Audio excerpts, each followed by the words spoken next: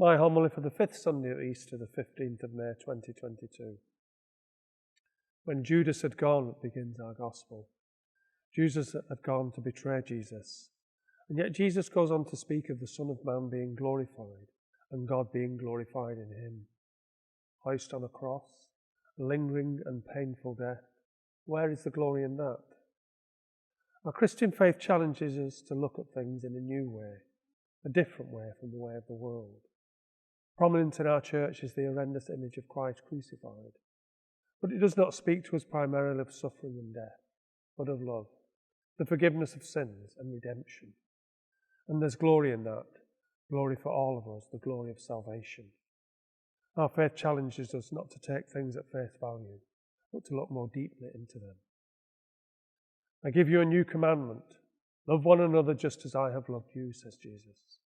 It is indeed a new commandment. We are called to love as Jesus loved, and we all know how much he loved us.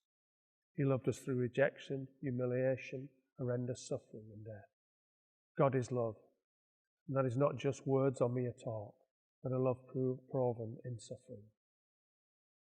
Love is a word frequently used today, splashed in newspaper headlines, and no doubt all over social media, but rarely, I would say, with its true meaning.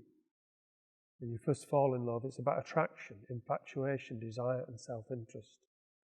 But as I always say at weddings, love proves itself worthy of the name when things go wrong. And we say to each other from the heart, I forgive you, and I'm sorry. Proof of love comes in suffering, trial, and struggle.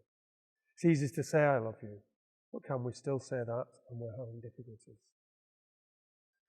Jesus calls us to love each other as he loves us. That means putting the other first. Not thinking of your own comfort, but sacrificing and suffering for the sake of someone else. Now that is a real challenge. But first we have to remember that that is the love God has for us. We have a chance of approaching that love and showing that we are his disciples because God in Jesus has done it first.